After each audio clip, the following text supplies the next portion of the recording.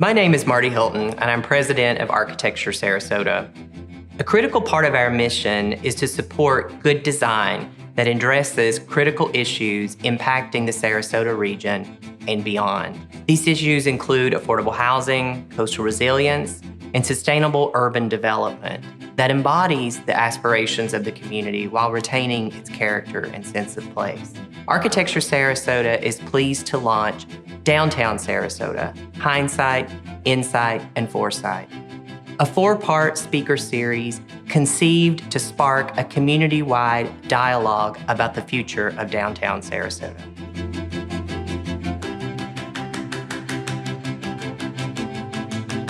Sarasota is experiencing a period of rapid growth and transformation. Here at Architecture Sarasota, we believe this series will provide a forum for residents, stakeholders, and community members to come together to understand better how we got where we are, what's happening now, and how Sarasota might evolve in the decades to follow. Renowned experts Andre Stwani, David Houle, Mitchell Silver, and Victor Dober will address vital topics including Sarasota 2020, the current master plan and how it was developed 2 decades ago, the macro level and local forces impacting the development of downtown, case studies from other locations, and best practices for urban planning and design. The second speaker is David Houle, renowned futurist and former resident futurist at Ringling College of Art and Design, who will explore the macro-level forces that have shaped and continue to shape Sarasota, including the economic, demographic, political, and environmental, among others. This evening's speaker is a little bit different. Noted futurist David Houle is unique among these 4 experts. His job is to look beyond the existing context and project forward. The opportunities and challenges of 2040 will be different than those today. And Mr. Houle will examine megatrends and macro issues impacting Sarasota today and in the coming decades. He, however, is unique among futurists in that he's lived in Sarasota. David Houle is a futurist, a thinker, and a keynote speaker. He has keynoted numerous conferences across the country and globally. In the last 14 years, he has delivered over 1,200 presentations and keynotes on 6 continents and 16 countries. He is regularly invited to speak at corporate management retreats, and we're very fortunate to have him with us this evening. David.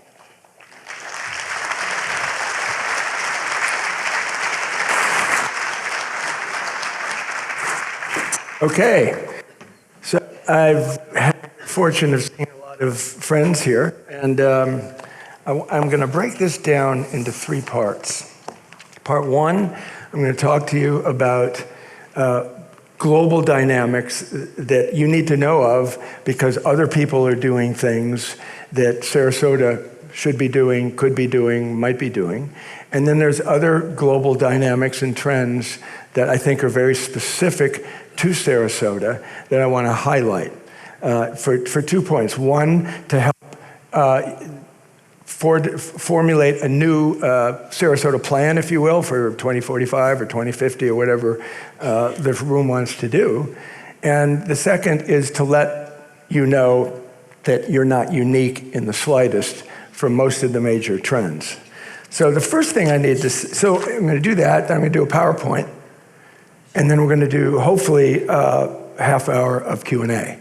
And I really like Q&A. Sorry, and I want you to make sure that when you think of a question, when I say something up here that you, I don't know or I understand it, write it down right then because I'm going to overwhelm you with a lot of facts and figures and trends. So write down the question that you have, and right when I'm concluded, as Marty was saying, raise your card up and your hand up, and we'll get that question. Sorry, it's the air conditioning in this hotel.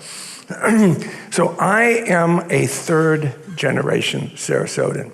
How many people can say that in this room? Okay, just a few, right?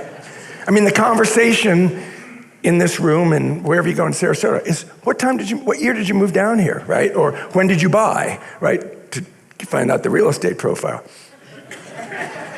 Well, Oh, you bought in 2005. Oh, okay. My Houle is a French-Canadian name, and my grandfather moved down from a small town in Ontario to Sarasota in 1900. My father was born in 1913. He was the youngest by far of 5. He graduated from Sarasota Memorial High School in 1929, University of Florida with a bachelor's and a master's in 1933, and then he moved up to Chicago. The point of that is that, therefore, I knew, because we always visited family every other year, we went down for the hay fever season to Key Biscayne, but, so one year we would go down the East Coast, the other year we'd go down the West Coast and visit family. The point is, as a young boy, I had the first impression of Sarasota in the 50s and 60s. And then some in the 70s, not too much in the 80s. My parents retired down here to Plymouth Harbor, late 80s, so all in the 90s, being an only child, I was down here, depending on their illnesses and their health, anywhere from 3 to 6 times a year. So I've seen Sarasota all the way through. And the thing I want to point out from having traveled around the world is everybody has their view of Paradise Lost, right? In other words, I've seen Sarasota for 70 years, okay? And it isn't what it used to be. So if you moved here in the 1970s, by the 90s, oh, Paradise Lost, traffic, it's all bad. If you moved here in the 1990s, it was paradise, but by 2010 or 2020, it wasn't, right? I mean, so that's the conversation. So as a futurist, I want you to embrace the future, think about the future, respond and question me about this. But it's not significant that it is no longer the way that it was. Do you still have a landline phone, right? Is the sidewalk too narrow? I don't want to hear that. That's like childhood trauma in the way. Well, it is. In other words, it's in the past. So the questions I want are, what do you think we should do, or what I think should happen, or what about that? So I moved from Sarasota. I lived in Sarasota part-time from 2005 on. 2015, I moved here full-time with my wife. We moved back at the end of last August to the Chicago area, where I've been spent most of my life, because of family. Her family's up there, some health conditions. And, my only son lives in Amsterdam, so there was no family. So we all know people who've moved out of Paradise because of family, and that was personal reasons. But once we decided to move, I had that same reaction that I've heard from a lot of people, which was, when I moved down here in 2015, I said, Florida, you've all heard this from people north of the Mason-Dixon line. You're going, where was it, waiting room for heaven or whatever it is, right? So I would say, no, but this is Sarasota. There's no other place I would live in Florida other than Sarasota. And here's why, and I do all the stuff that we all do, right? Because what the hell's going on in Florida, right? But Sarasota's different. So I did look around, and it wasn't the place that I remembered in my childhood. It wasn't the place I remembered in my 30s, 40s, and 50s. But that's my judgment. That's not Sarasota's fault. Sarasota's just gone the way of most other communities. But the thing I want to point out is that Sarasota is really at a crossroad now, and here's why. There are many places that have this kind of moving perception of paradise. The one I like to mention is Aspen. Anybody been to Aspen? Okay. So if you moved there in the 60s, as Hunter Thompson did, it was a ski bum paradise. It was outdoorsville. By the 70s, real estate development had taken over, and it's all about when you bought and how much you make, and now you buy in the second place, and that whole parlay. And Hunter Thompson ran for mayor, I think, in the 70s and 80s for Aspen, because he lived there, and his platform was, I'm going to rename it Fat City. And of course, he lost because the powers that be didn't want Aspen to be called Fat City. But that's always the case. So what happened with Aspen? What happened with Aspen is that it priced itself out of the market. It was a service industry, and Aspen, as a town, had to build dormitory housing up the highway to have people. I've been mentioning that for several years because that's the path that Sarasota seems to be on. So, some overreaching trends and tendencies. A way to think about what I'm going to say today is that we have left the 20th century and we're clearly in the 21st century. So that means we have mostly, particularly most of the age of the people over 40 in this room, have spent very formative times in the 20th century learning what reality is. And now we have this perceptual view going forward, but it's changing. So a very simple way is that there was 20th century development, and now there's 21st century development. I'm going to redefine development tonight. Another thing is that what has happened in Florida is now just happening in Sarasota. Okay, it used to be that the East Coast was developed, and then the West Coast laid on. Some of you probably say, oh, when I would say, where's Sarasota? Oh, it's 50 miles south of Tampa. Oh, it's on that coast, right? Because so many people think of Florida as the East Coast, Cape Canaveral, Cape Kennedy, Miami, all that. So all the problems that Florida has had since 1980 have just come here, if you think of it in a way. So you're really dealing with a lot of the developmental issues that Florida as a state has been dealing with. It's just finally come here. In the United States and around the world, over the last 200 years, the population, I'll just focus on the United States, has moved from 15% urban and 85% rural to 85% urban and 15% rural. So it's just switched. So think about that as a filter as you look at the issues of the day, right? The founding fathers, all white, owned land, and therefore the Electoral College and the Senate was set up because most of the people lived in rural America, right? Now you have 2 senators and 1 congressman from Wyoming, and you have 45 Congress people and 2 senators from California. So this whole Electoral College thing is based on this dynamic change, right? So just keep that in mind. 85% of all the world lives in urban areas. Climate concerns. As many of you know, I've written 3 books or co-written 3 books on the climate crisis. I founded a still Sarasota-based global nonprofit called the Spaceship Earth, and it is the single biggest issue facing humanity, period, end of story. Because if we don't change the trajectory, we, humanity, change the trajectory by 2030, we will not have civilization as we know it by 2100. And extinction is a real possibility by 2200.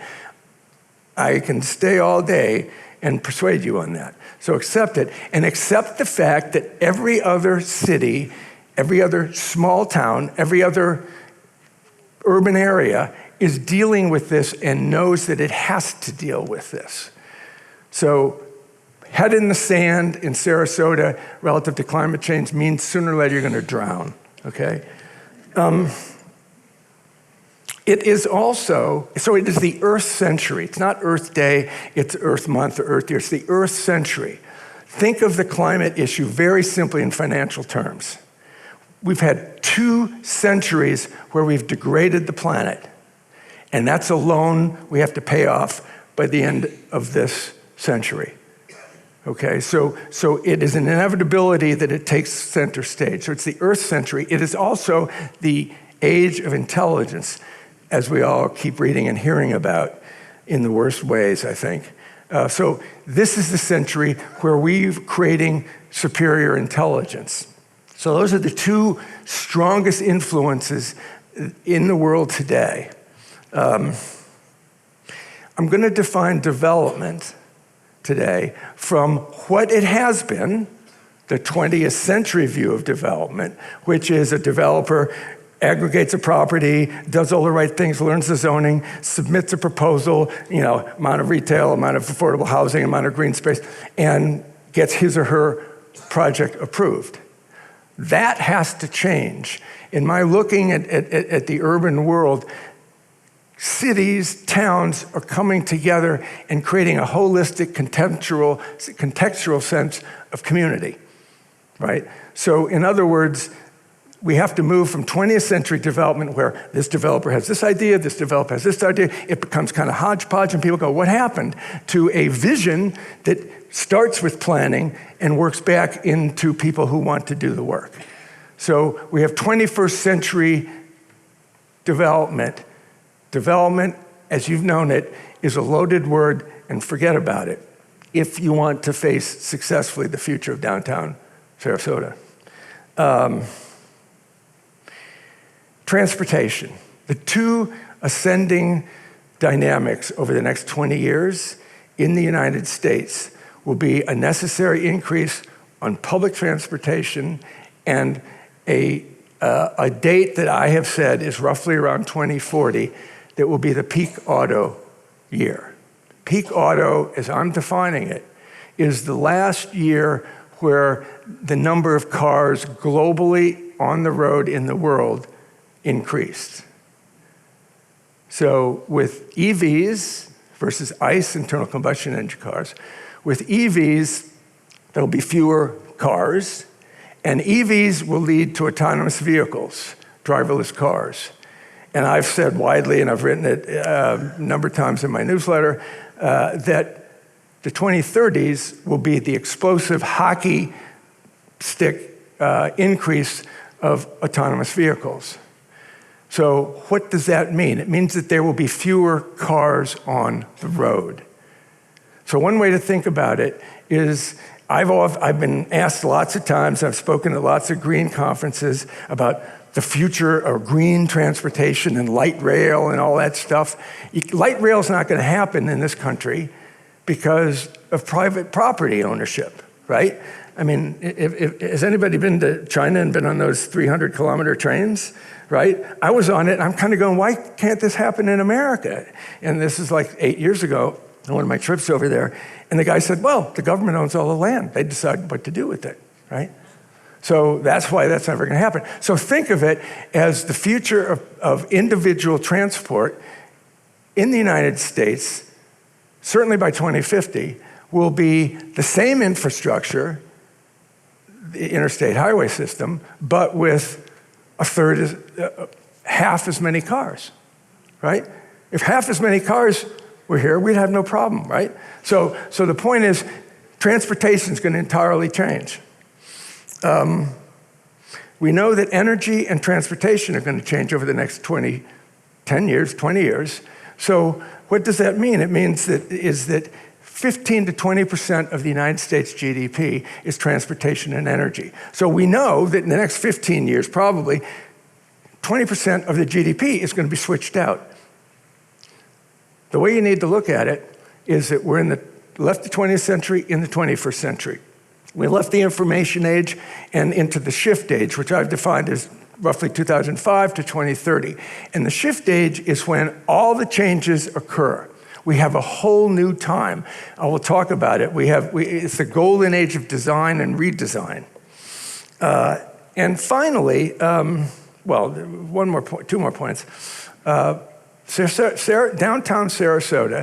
Sarasota, Gulf Coast, need to decide who they are relative to the constituencies. What does Sarasota mean to the Gulf Coast? What does downtown Sarasota mean to Florida? What does Sarasota mean to the United States? What does Sarasota mean to the global community? Because we are in a global community.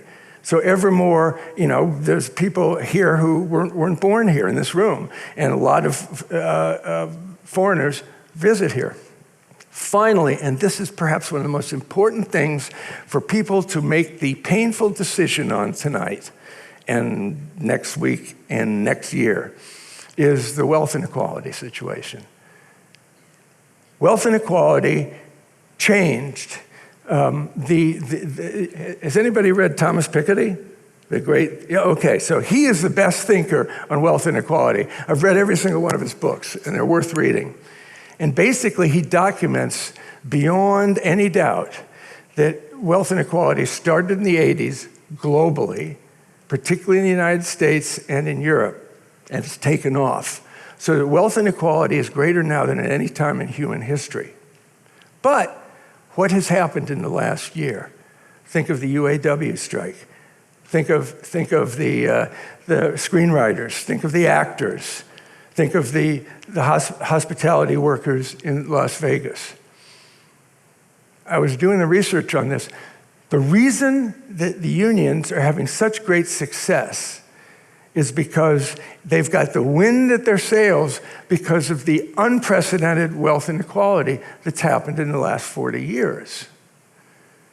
And we all know, look at the cars that are parked out on the street, look at the prices in the real estate ads, and it seems to me that downtown Chicago is deciding, downtown Sarasota, downtown Chicago is a whole nother problem, but downtown Sarasota is choosing to serve the increasingly fewer extreme wealthy, right at the time where history is going to start pushing back globally.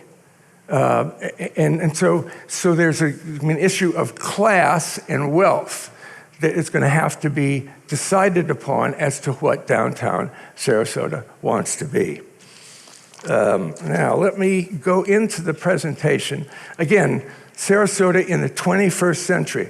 I'm the one of the four that's not a city planner. I'm a futurist. So I thought, as a third-generation Sarasotan, what do you need to hear for this process to move forward? And I hope you're here because you want to be involved. I think in working with Marty and Howard, Architecture Sarasota is a great organization. I mean, it's just fabulous. I'm glad you guys came together. And the vision is, so after these 4 lectures, what next? And hopefully you're going to say, here's what I want to do with it. But don't complain about the past. You have a choice. You can stay and bring about the change you want, or you can leave. I mean, that's the thing. You're on the bus or off the bus, right? So if you're on the bus, you're here tonight, you want to move forward, you're concerned about the downtown, you're concerned about the city of Sarasota, the county of Sarasota, I hope you stay engaged and get more engaged. So Sarasota in the 21st century. This is the best quote about the future I've ever read. I've managed to put it in every single one of my books. We should try to be the parents of our future rather than the offspring of our past. You should parent the future of Sarasota rather than complaining about its past. Its past is wonderful. Its present is wonderful. Its future can be magnificent. But that's why I made that reference to, child trauma. Don't hang on to your child trauma. Grow up, right? I didn't say short pants. This quote is particular to this project. When Wayne Gretzky was asked why he was the best hockey player in history, he said, I skate to where the puck is going to go. Most average hockey players see where the puck is and they start going towards it, or see where the pass is going to go. What does 2040 downtown Sarasota look like? That's the puck. Now, overarching dynamics, there's 3. As I said, the age of climate, the age of intelligence, and the new city that is developing around the world. How do we survive as a city? I mean, this country went through that in the 70s, right? That's when the Rust Belt began. I know lots of you from the Midwest. It's right. You can remember this, right? That's because the Rust Belt happened because we moved from an industrial society to an information society. And there were a lot of other things that went on. But now we've moved to the shift age in the 21st century. So woe to the people that still think that they can operate the way they did the last century or back in the information age. So let's take a look at these 3. So the first one, age of climate. Again, this is the Earth century. It's the greatest metaphor. My experience, a lot of it in Sarasota, is that the single most involved concern demographic about climate change are grandparents, for the obvious reason. how are my grandchildren going to survive in this, right? So that is a global issue. And extinction, let alone collapse of civilization, is the trajectory we're currently on. So sea level rise is one of the issues we're going to talk about here. Here's the fact. This is a fact from NOAA, from NASA. The sea level rise on the Gulf Coast from Tampa down to Naples has been 1 foot since 1900, with slight variations of an inch as you go there. 1 foot for the last 120 years. NOAA is expecting there to be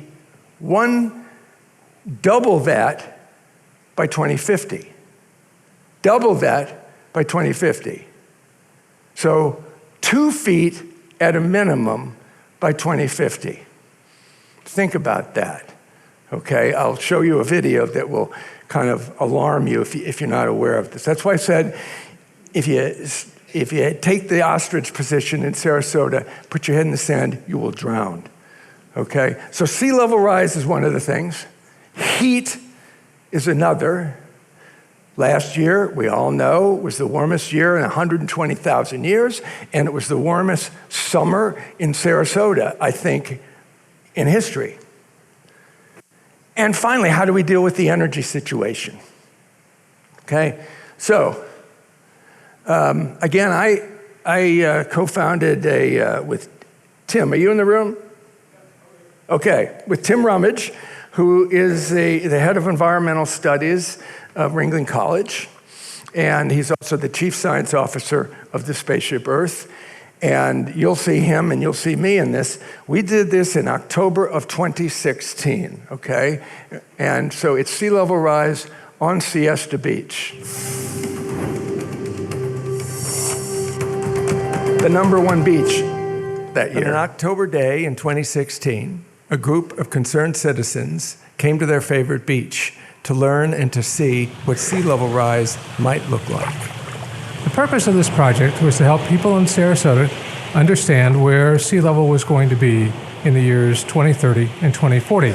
Siesta Key is our favorite place to be, and we hope to preserve it for our children and grandchildren. Right. I believe that we should definitely take a better, closer look at this. We have 5,000 miles of shoreline here in Florida, one of the most vulnerable states in the country. When we talk about sea level rise, people think in terms of height, how much taller the water will be. What most people leave out of that discussion is the run. How far is that water going to move inland as its overall height increases? Once it crests that little hill over there, it's going to wash right on up this beach. We're going to lose the beach. We're going to lose where the birds are nesting. We're going to lose where the turtles are nesting. We're going to lose our buffers for our own infrastructure. This is the concerned community of Sarasota standing up to show what sea level rise is going to do to the #1 beach in America. We went to where the high tide was for that day. Then, after filming there, we've moved back to where we estimate on the beach the high tide will be in the year 2030.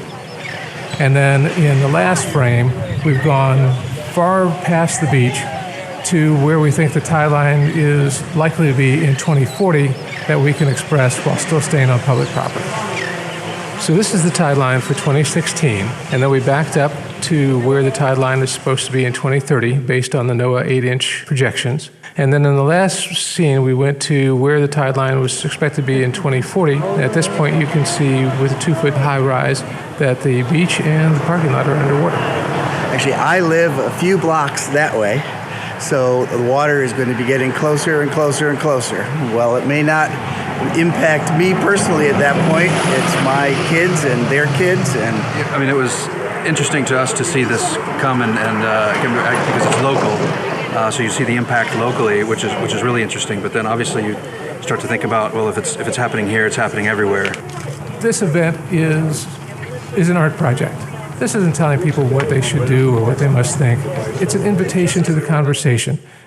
To learn more about sea level rise and become crew of this spaceship Earth, please go to this spaceship Earth. A few more details here.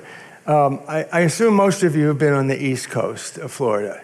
And you'll notice that the difference in the beaches between the East Coast and the West Coast is there's a little more incline on the East Coast. They seem to be slightly steeper. And all the Gulf Coast beaches are very flat, as in Siesta. So a foot sea level rise will go all the way and cover the beach because it's so flat. I said that there was 1 foot of sea level rise since 1900 on the Gulf Coast. Half a foot, or half of it, has been since 1990. So the rate of rise is increasing. But yet it's imperceptible, which is why so many people in this town don't believe me when I say part of the future of Sarasota is there will be no beaches in Sarasota by 2040. Now, Tim and I have developed several projects. How does a beach community survive without beaches? And we have some ideas, and we can maybe talk about it in the Q&A, but not for right now. But the point is, there's no beaches. There won't be any beaches. It's hard to fathom. I have been saying since 2016 that the most distressed real estate in Florida is beachfront property. So the most expensive, because you'll pay extra to have the view and to be located on the beach, it's going to be distressed real estate in 10 years. So that is going to happen. That, Earth is dominant here, okay?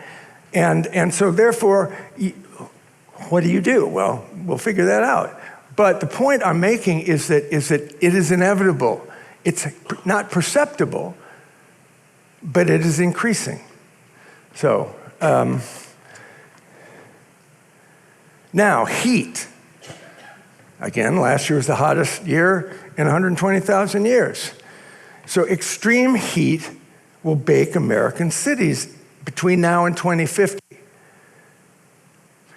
Bob Bunting is the other genius who is here tonight, who I listen to about climate. And I think you had this thing, Bob, which is basically the average number of days over 95 degrees Fahrenheit, not the heat index, but the actual degrees, is averaging around 10 a year. By 2050, it will average 69 to 70. So 7 times increase, which means that if you keep going down, there's 90 to 100 degrees of 90 plus Fahrenheit, let alone, it's probably all 100 degree index. Basically, from May through September, you won't be able to go outside. How does that affect downtown? Okay, you'll look at this. Now, if you can look at this carefully, this is from The Economist magazine.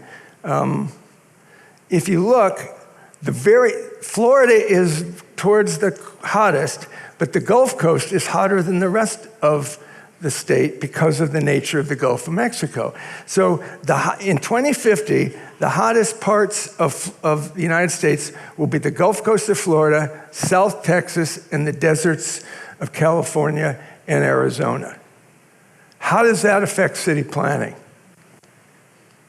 Then, so here's some solutions. Shade, duh, right? I mean, does Main Street need to be shaded? Right, I agree. And why were they so stupid when they built the shaded parking in SRQ to not put solar panels on it, right? I mean, there's multiple uses of shade in addition to keeping things cool. So shade needs to be factored in. Mini forest, not green space. There's a mini forest that's going up between here and Ringling College, near Newtown, that is basically a microcosm of a complete ecological system. A square block that has multiple regeneration of species and everything else. And it's not just green space that's done by humans thinking if they put up a tree, it'll save us. No, it's taking what we've made. We've made soil into dirt, and we need microforests to make it back into soil again. Whether that happens in downtown Sarasota or not, it probably won't. And then white roofs, right? Reflect. Fly into Sarasota and look at all the white roofs, or the absence of white roofs. Fortunately, most of the stuff going downtown is white. So that's okay, because it's reflective. And this is the thing that's going to have to change. You're not going to send your kids off to day camp in the summer. You can't have construction crews working on the roads during the day. Construction will have to be from midnight to 8 a.m. How does that affect downtown Sarasota? It's up for you to decide. But that's the reality here. Now, I don't know where I got this, but this is a retirement community in Sarasota. Therefore, it's for those that live in this retirement community, which means that they're probably over 65, which means that wherever that says extremely dangerous in heat, right? That's last summer. And the only time it went down was the end of August. I know that well because I was moving up to the Chicago area at that time to get away from the hurricane. So that drop in the temperature was the hurricane that came through here the last 2 days of August. But look at this. This is this year, right? So heat is a fundamental part of any plan going forward for downtown Sarasota. Now, let's talk about energy. We all have heard of the grid. We've all seen the big nuclear power plants. Think of what the 20th century was. It was about centralization, hierarchies, and height. The skyscraper happened in the early part of the last century. So,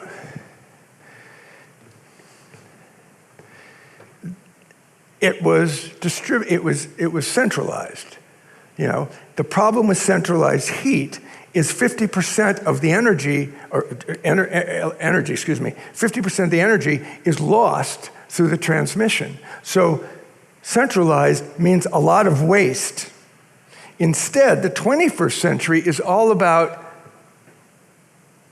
decentralized. Wind, solar, nuclear.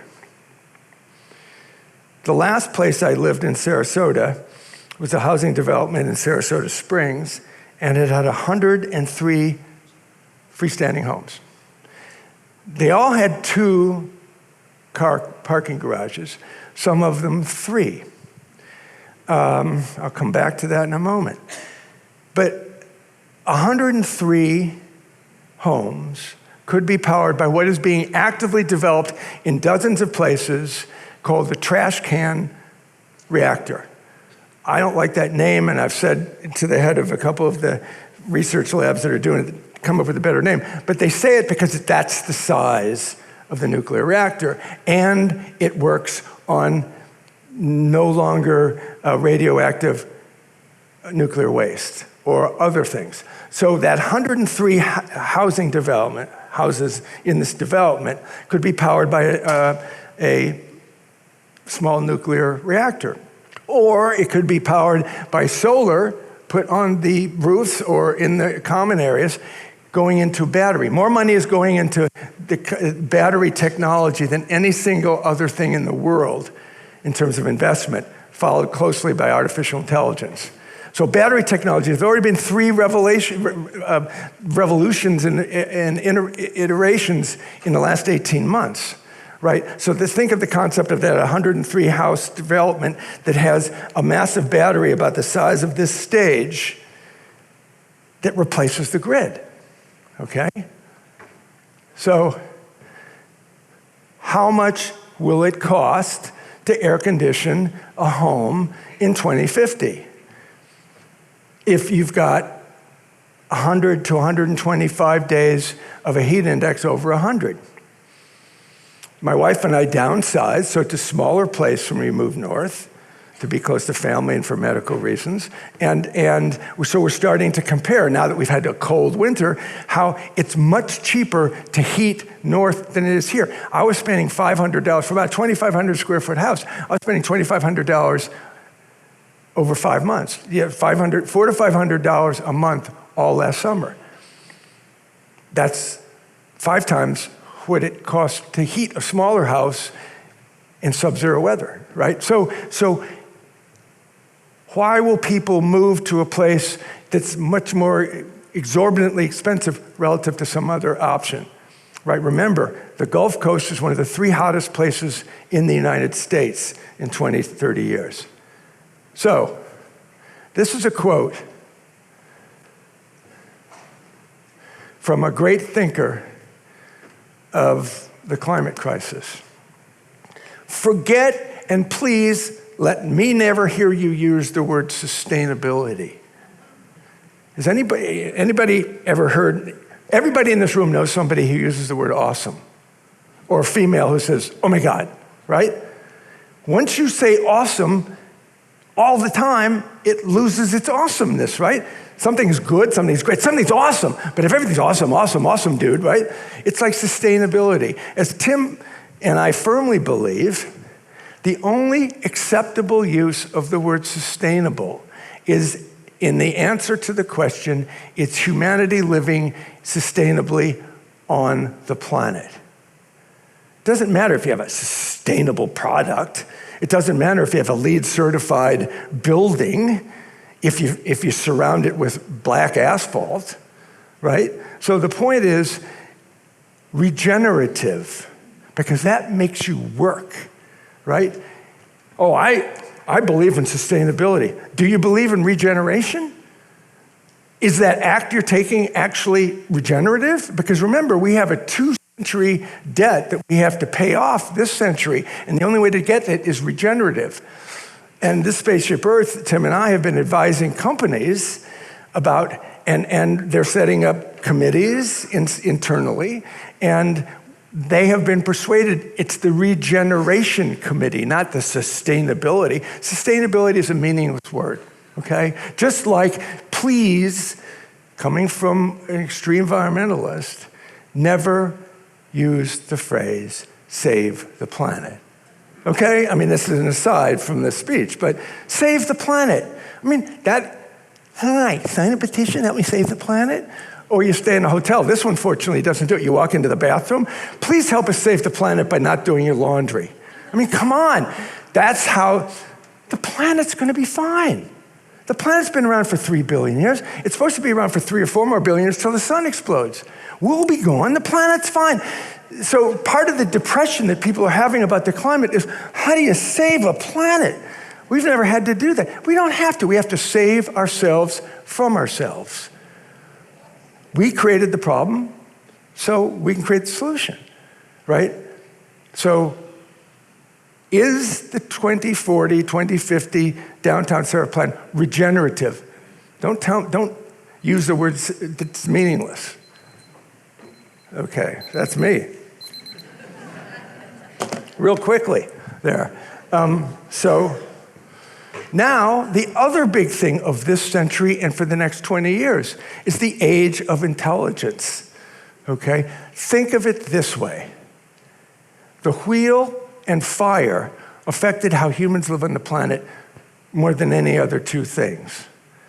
They were discovered, kind of, right? But in terms of modern inventions, electricity is number one. Most of the other things you can think about need electricity, right?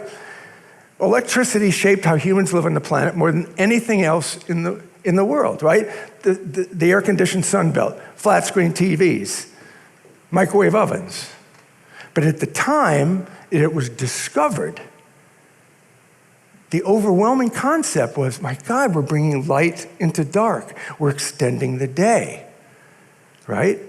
But they couldn't see microwave ovens or air-conditioned sunbelt.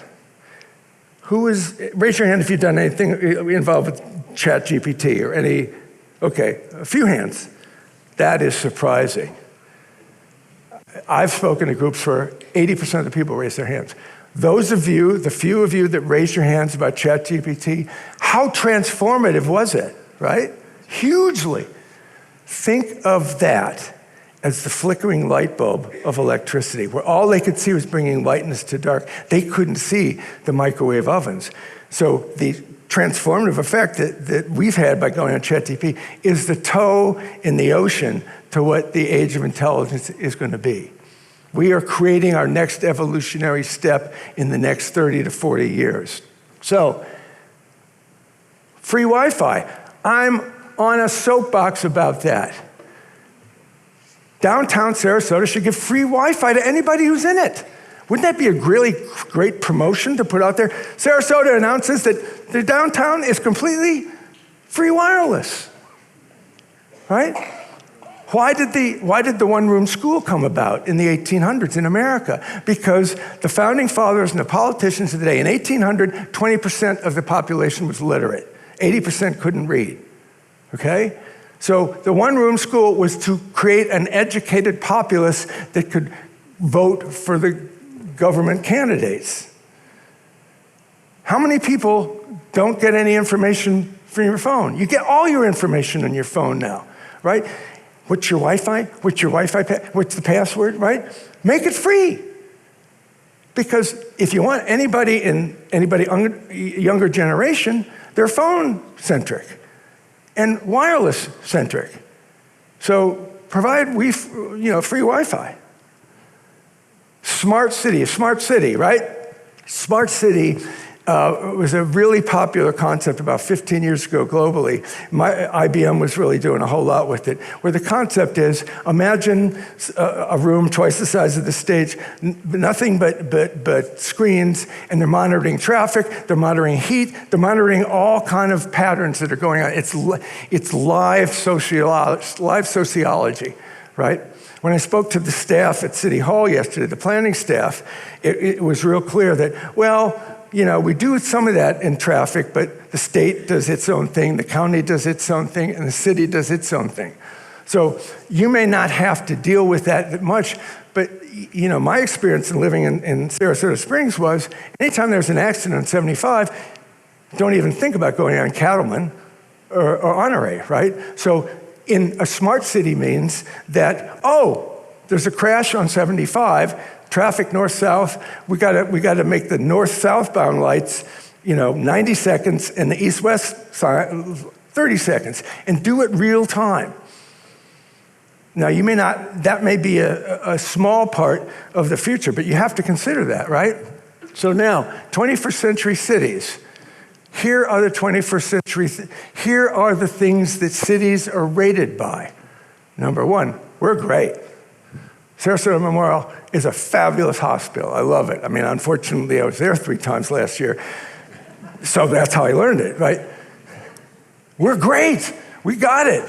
This is the most cultured city in Florida, and per capita, perhaps in the United States, right?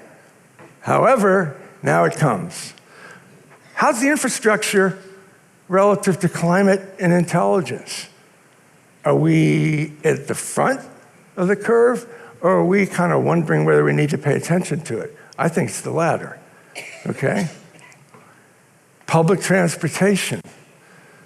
Woeful failure. There's no such thing. SCAT now is called Breeze. Is that what it was? Called Breeze? I asked the planning people, was that an acronym? And, why didn't they call it WAVE or WIND or something? But, it's being subsidized. What you have done downtown with the free trolley is spectacular. It's exceeded all expectations. So there may need to be some downtown thing, which more kind of, has anybody ridden on jitneys in third world countries? Okay. So that may be a thing, because a walkable downtown is walkable for those that are here. But if you have to come in or out, what are we going to do? Put a walkable downtown that you can drive and park and walk in, right? If there's no public transit. So the downtown can probably come up with some kind of jitney type of thing, which is a cross between Uber and a bus, right? So, and again, the smart city that I was talking about. So on the top two, Sarasota's great. On the bottom, not so good. And we fail here. Here's what you need to know. I forgot to mention at the opening. Affordable housing is a global problem. It's not a Sarasota problem. It's a global problem.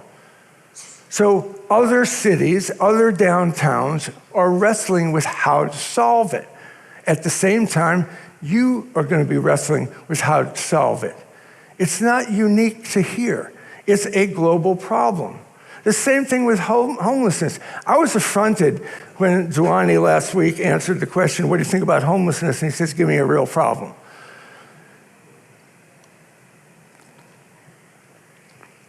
"50 years ago, when I was a very young man, I backpacked through India. And as an American, even as a hippie, I was struck by the number of people that were living on the street.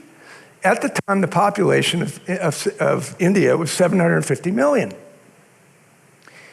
And I did the research I could do, not online, but doing what I could.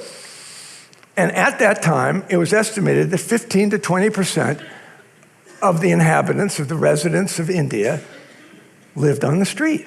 So you're talking 50 million people. So when I came back to the United States after that round the world trip, and I was doing it on the cheap, and I was much closer to the street than I travel now.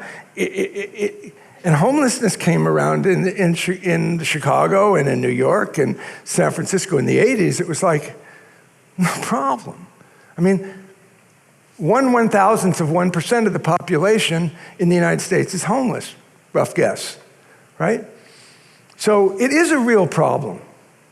And there are homeless. I was out walking the streets the last 2 nights. There's homeless. It's a global problem. It's a national problem. It's not just your problem, but you're going to have to face it and you're going to have to solve it. Maybe you move out of downtown and you put them somewhere else, but you have to deal with them. And the way we deal with homeless is totally inhumane in this country, personal impression. So, golden age of design and redesign. This is the last big thing I want to take you through. Again, it's this book. By the way, there's great books back there. This is one of the few books that doesn't have pictures. I've already bought a book back there, but this book, I've signed them all. They're back there available. And this is the one book you should read if you're thinking about the next 20 years of downtown Sarasota. So, real quickly, the 2020s is the most disruptive decade in history. We've entered the global stage of human evolution. We've gone from family to tribe to village to city-state to nation-state, and our only remaining boundaries are planetary. All human problems, the main human problems, are planetary in scope. They're global problems. Legacy thinking is the big danger. Legacy thinking is thought from the past. We've always done it this way. We've been in business since 1903. Whatever the thing is about our past, right? The problem with legacy thinking, again, it's 20th century mindset trying to make sense of the 21st century. That's why people are having problems and depression is up and everything else. Okay, so population reduction, I'll take questions on that. That's happening. So I'm just going to go through these. I can't quite read them, so I'm just going to put them up slowly and for you to remember. Every single one of these things has to be done but in the world, in the United States, in Florida, and in Sarasota by 2050. So the point I'm making is the disruption that is going on is because all of these things were created in the agricultural age and the industrial age, and now they have to be reinvented for the 21st century, for the shift age and whatever comes next. Think of that. All of this stuff has to be redone by us, humanity, in the next couple of decades, few decades. So, quick look. This is what the end of the decade is going to look like. Tech. Read these. I'll take questions on them because I'm running a little long here. So the point is, all of this stuff is going to happen. We'll be uploading thought to the internet by the end of the decade. How does that fit in? If you don't have free Wi-Fi, somebody else will be uploading their thought in an outdoor cafe to the internet somewhere else. Seriously. I mean, this is sci-fi stuff. Now let's go to the end of the decade's 2040. Just read these. I can talk about any single one we want. This is sci-fi stuff. It's happening. I may be a little bit high on the number of states in this estimation, but remember the heat, okay?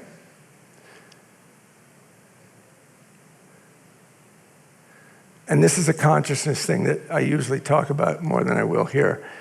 But, so, here is the danger. Legacy thinking, thought from the past. Think about rowing a boat. I hope very few of you do, but if you were to row a boat, you're doing it this way, and then you look over your shoulder to see where you're going. So you're facing the past, you're seeing your wake, but you're not turning and facing the future, right? So you have to face the future. Everybody, every day, performs legacy thinking. Oh, it's Wednesday. I get up, I do this. What is Wednesday? Okay, I drive over here, I do this, I do that. And so you've already figured out Wednesday, and so you're not living it. Have you ever driven to work and kind of go, how did I get here? I was preoccupied, right? So that's legacy thinking. You're not paying attention to the present.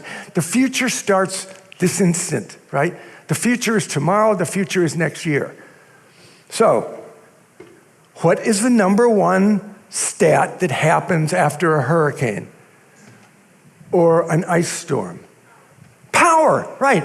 So many people have lost power. That's the first thing. Why is it the first thing? Because we put them up on telephone poles, and it's a high wind territory, right? So why do we have our power lines up on the telephone poles? Because the telephone poles had to answer the same question before electricity. And so what did they do? Oh, we have the telegraph poles. So we'll put the telephone lines on the telegraph poles, and now the energy says, oh, we'll put it. So what the Pony Express ended its reign in the 1850s. It went from St. Louis to San Francisco. So up until 1860, roughly, the speed of information was horse days. Literally 160 years ago, the speed of change was horse days. And then the telegraph replaced, you can read about this, the Pony Express. We all watch those Westerns, right? The Pony Express, right? And so we have power in place based on the technology that replaced the Pony Express. How intelligent is that? That's legacy thinking. I use that. This is the other one, and some of you have heard this. We've all been to Europe. The first time I went to Europe, I was a teenager, right? The cars are so much smaller. The roads are so much smaller. Oh, I see, those are medieval cities. I got that, but the roads are so much smaller. Why are the roads smaller in Europe? Because the Roman Empire built the roads for Europe. And how wide were they? 2 oxen with a wooden yoke for 2 to pass each way. That's why the roads in Europe are narrow. Think about that. Those roads were built by the Roman Empire 2,000 years ago. And the roads are still narrow, except when you get the highways that have been built in the last 50 years, right? So think of that legacy. We have power outages because we're using the telegraph poles. So that's the danger for people in this room. That's the danger for anybody wanting to look into the future of downtown Sarasota. What legacy thinking are we holding on to? Remember, as a futurist, I have to say this to everybody because it's my job to be a futurist. It's not your job. All reality changes. You can't assume that this reality will stay the same, but this will change. A lot of us have got lazy thinking that, oh, well, technology will change, but everything else is going to remain the same. No, it won't. No, it won't. So keep that in mind, the legacy thinking. So what does downtown Sarasota want to be? I said 2050, because that's where a lot of the research comes in 2050. That's the question. And I hope that there's an active participation in the creating the future, not complaining about the past. So I would hope that, I'm just ending here, that all your questions will be about, so what do you think about this? Or explain this to me. So I want to thank you very much for taking me.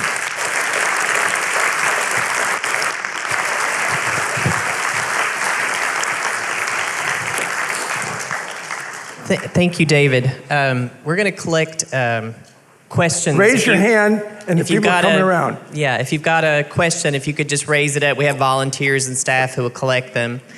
Our first question is, our economy is based on growth, services, and tourism. Is this viable, and what's our future economic base locally? Growth, tourism, and what was the third one? Growth, services, and tourism.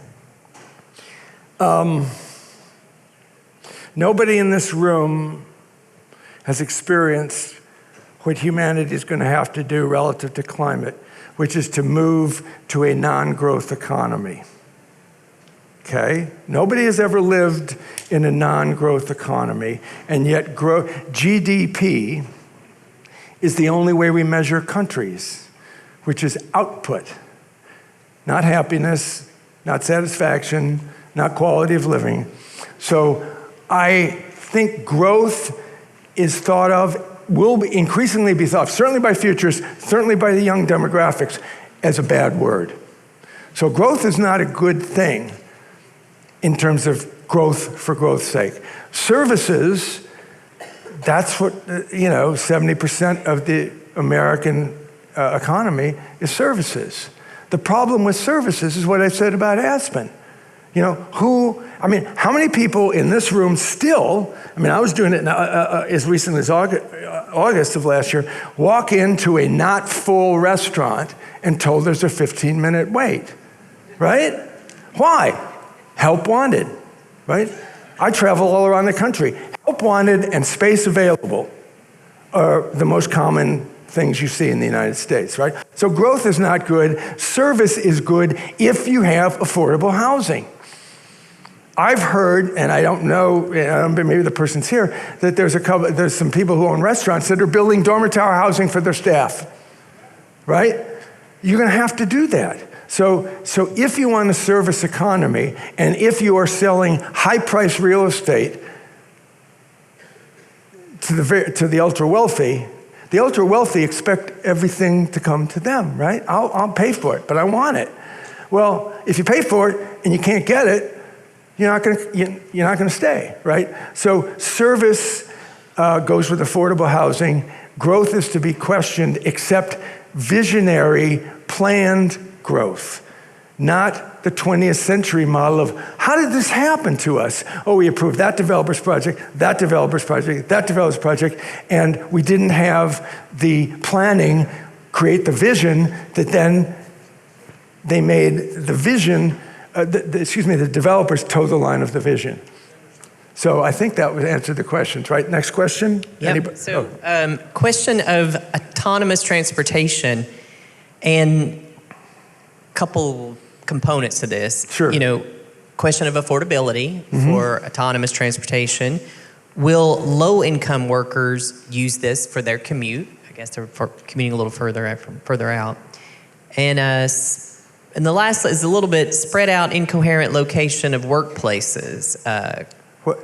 So it's really about the public transportation network. Right. The first question's about autonomous transportation, where you see that going. Yeah, okay. Questions of affordability, will people use it? So autonomous transportation, driverless cars, basically, simplistically, it's taking the single most dangerous component away from the driving experience. It's mothers against drunk drivers, not mothers against cars, right? The car doesn't ever get drunk. The car may get a flat tire, but the most dangerous part is the human, right? So we're increasing safety when you have autonomous vehicles. The second thing is all autonomous vehicles will be electric because they will need to recharge themselves. They'll go to a charging station twice a day. They can go 24 hours. And they take an hour to charge, and they keep doing it. So I think the model is going to be a fleet model. I've been at a couple of conferences where I've spoken to, like Hertz, for example, and I said, you're all set up for autonomous. In other words, think how you order an Uber, and that's how that same 103 house development that I was in, as I said, they all have 2- and 3-car garages. So there's probably 250 vehicles, a lot of them pickup trucks and SUVs, for maybe 200 people. And in an autonomous future, maybe 25 vehicles on call. 2 stats you need to know. The average American drives their car 5% of the time. The rest of the time it's parked. Where's your car right now? right? It's parked, right? It's astounding from a financial point of view that the second most significant purchase a family, American family, will make after the home is the car, and we only use it 5% of the time. There's very few people that have second homes that use them less than 5% of the time, right? The second stat you need to know is the average American drives 39 miles a day. So all the mainstream media, which I think is an enemy of the future, don't go there if you want insight, okay? I'm talking about cable news and even the New York Times, and I mean, sometimes there's moments, but the reality is that driverless cars will lessen the need for number of cars, and the cost is about to dramatically go down. China is #1 largest market in the world on electric cars, and they sell electric cars for $5,000. Now, they're big golf carts that are made out, you can get them pink, you can get them polka dot. It's much more of a, this is who I am and I can't afford a big car. So the prices will be very affordable. So that's not going to be an issue. And the autonomous cars, as I say, really, they'll probably be in 2% of the cars on the road in the United States by 2030, but they'll probably be 25 to 30% by 2040. How do you plan for that? You know, you got condo buildings, and you better have charging in those, because the problem with living in a condominium or a high-rise building is you don't have a garage that you can plug your car into. So any future garage for any future condo project in the next 10 years, if it doesn't have charging in the parking lot, shouldn't be approved. Unless they've got it in the budget, well, in 5 years when the demand is there, we'll do it, right? So that's the type of thing you need to think about. In terms of public and I can talk more about that if you like, but in terms of public transportation, I think that is sailed for Sarasota. I can't figure out a way to put in what we think of north of the Mason-Dixon line, which is where public transportation is, because the South really started getting populated, and it was post-World War II, so it was all about cars, right? So the point is that I can't think about any kind of a traditional public transport except building them over the arterial streets. Like it's over, there's something, you know, some kind of a train vehicle elevated over Fruitville, over Bee Ridge, over Honore, over, you know, over 41. Other than that, I don't think downtown Sarasota has to worry about that. What you have to worry about is what's the public transportation. There's some people who need canes to walk and walk. So who is this walkable for? Is it walkable for somebody who's in a wheelchair? No. So maybe walkable means that if you take in the whole downtown of Sarasota, you may need to have this kind of jitney van service where it knowingly stops at every block if you wave it down or you pull the cord, otherwise it keeps going. So, you know, think of these large vans, EVs, because they can be recharged. So the point is, but the problem that downtown Sarasota has going forward is to answer the following question. Can the retail establishments downtown survive with just downtown residents? If they can't, what is downtown going to do? I can't think of any other answer than building a couple of more perimeter parking garages so that people can drive to the parking garages to park, to be able to walk, right? Sounds kind of backwards, but I think that's, at this point in time, the only thing you have. I think that autonomous vehicles, I mean, the average age to get think about turning 15 and a half. You could get your permit, because 16 you get your driver's license. The average age to get a driver's license is almost 20 years old now in the United States. I spoke at a big automotive conference last fall, and one of the senior energy guys from the federal government said, Mr. Futures, what do you really think in 2040, you say? And I said, people won't need to get driver's licenses. Think about that. Think about that. Towards the end of the plan you're about to do incorporates certainly young people not having a driver's license. Think about that. Another question. All right. What city, state, or nation is on the leading edge of addressing some of these issues? Who are the people we should be looking to? Parts of Europe, Japan, Bhutan. We talked about Bhutan last night at dinner. Bhutan is the only country in the world where they elect politicians based on the politicians' promise to increase happiness, and they have a happiness index. Wouldn't that be interesting? If we had a campaign this year, how are you going to make me happier? Rather than all the other stuff. Certain countries in the EU, no question. Japan, maybe some of the southeastern countries, because they realize that they have to create an economy that's not just cheap. You know, by the way, you got to remember, I'm so sick of hearing people, well, what about China relative to climate change? Or what about China about this? Remember, China is the #1 polluter in the world because they make our stuff for us, right? We've offshored industry, which creates CO2, right? So they've been happy, and we've been happily buying cheap stuff, right? So stop with that. There's only global solutions to global problems. But I think that I think a refinement of that question is, where in the United States are people ahead of Sarasota? Now, the problem with Austin is that I was at Austin 10 years ago giving a speech. I was at Austin 5 years ago giving a speech. And just then, it was like, I can't get around. I can't get around. They've oversold themselves as a tech center, and they have gridlock problems. But I think that the way to do is for the planning departments and the developers that want to develop in Sarasota to look to other 75,000 to 100,000 communities and see how they are operating in an integrated way.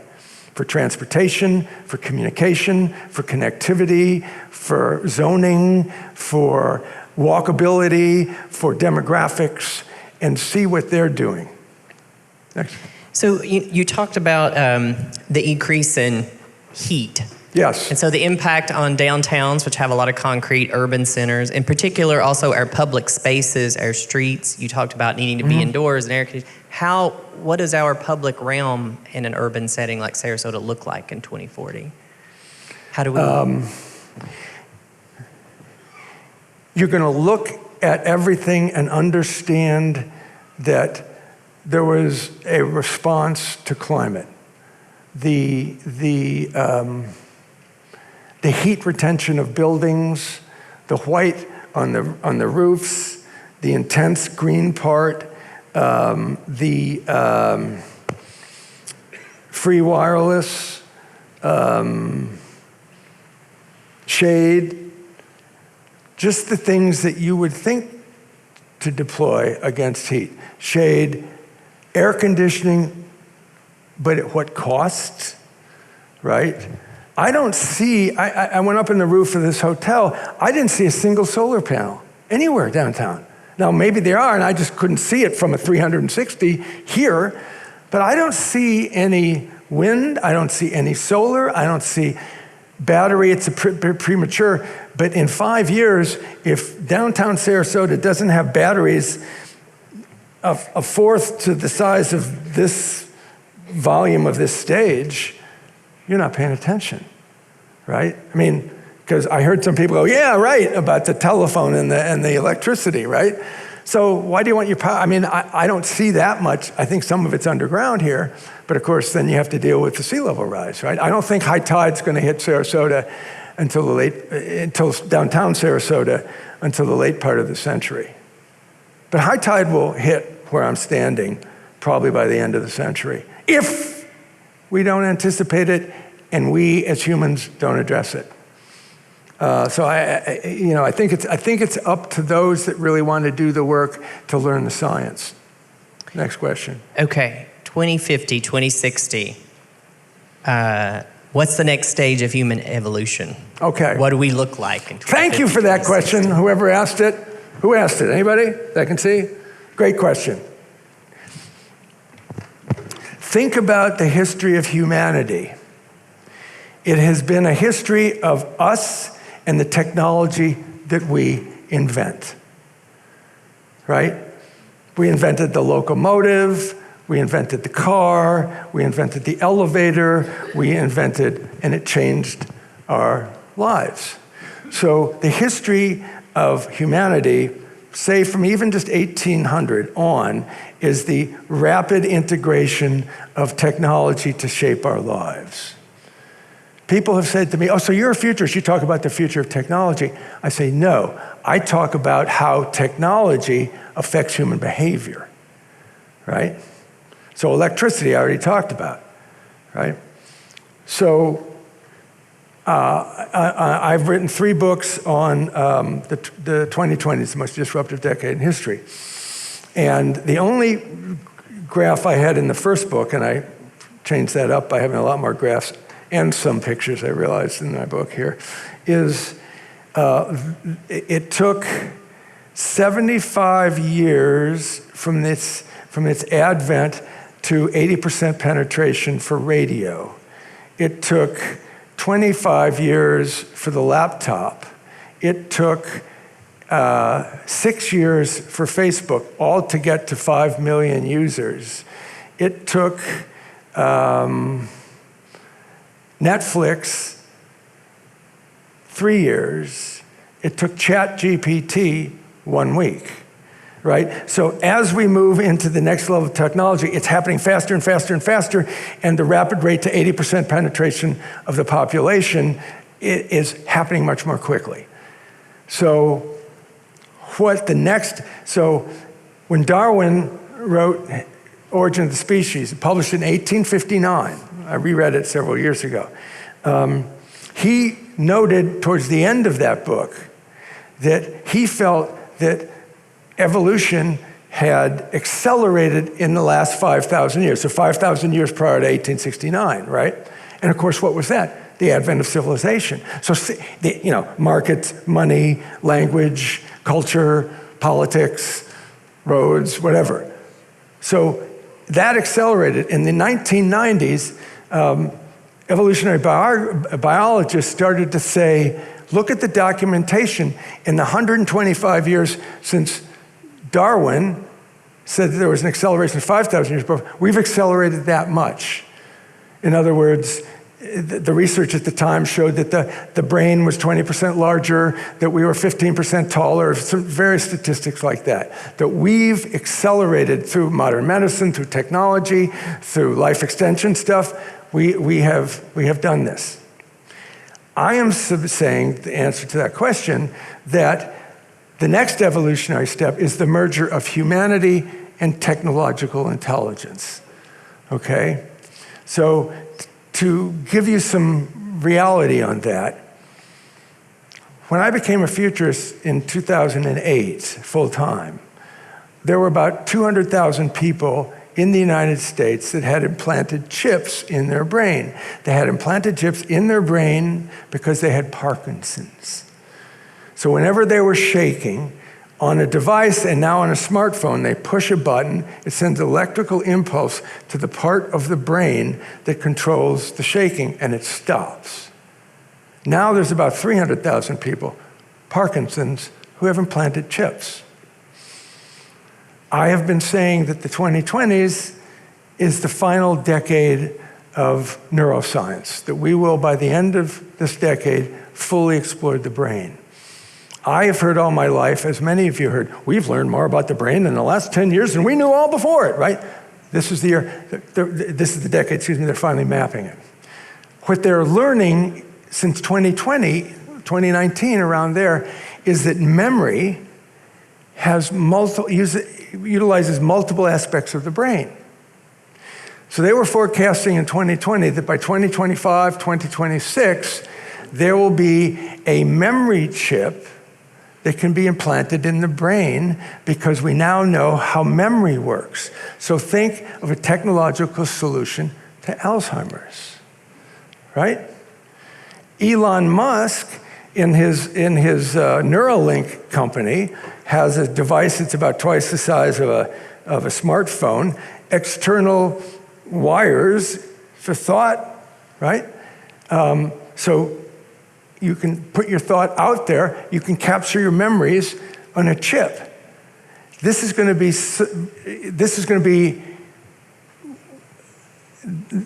should probably be done surgically in this town in the latter part of the 2020s. Memory chips, okay? Now, take it further, right? I've got an artificial hip. I've got life extension. Some of you are doing that. I'm sure many of you have artificial joints. It's just the acceleration of that. So there are people that have, so that we will be able to upload, as I said earlier, our thought to the internet directly by the end of the decade. We will be able to have technological intelligence teach our children and our grandchildren in the 2030s. So technology, remember, technology is morally neutral. There is no such thing as a good technology or a bad technology. It's how humans use it, right? So the Wright brothers in 1901 shortened time, shortened distance, right? And 14 years later, we were dropping bombs in World War I. So we changed the use, right? Television, for those of us that are aging boomers, remember what they called it in the 50s? Boob tube, right? This is going to dumb everybody down. The average IQ in America has gone up every year. Why? Because it was a new technology, and we saw the window to the world, and we saw outside our neighborhood, and we saw outside our small town, right? So technology always threatens the existing reality. What have humans and what have politicians done with artificial intelligence? What humans always do. They create another. What are we worried about artificial intelligence? That it's going to start a war in the Middle East? How about it's going to create wealth inequality? How about artificial intelligence is going to create a war in the Ukraine? What is the artificial intelligence going to do that humans aren't doing already? What's the bad we're worried about, right? I mean, the reason we have a climate problem is that we started thinking it's up to us. We got to save the planet, right? No, the reason we have the climate problem is that we said, oh, we're the top of the mammals are top of the heat. The rest of the planet is for our consumption. We're not of the planet, we're above the planet. So we think, oh, I personally think, and I hope you will hear this or think about this. Raise your hand if you ever experienced something that was much better artificial than real.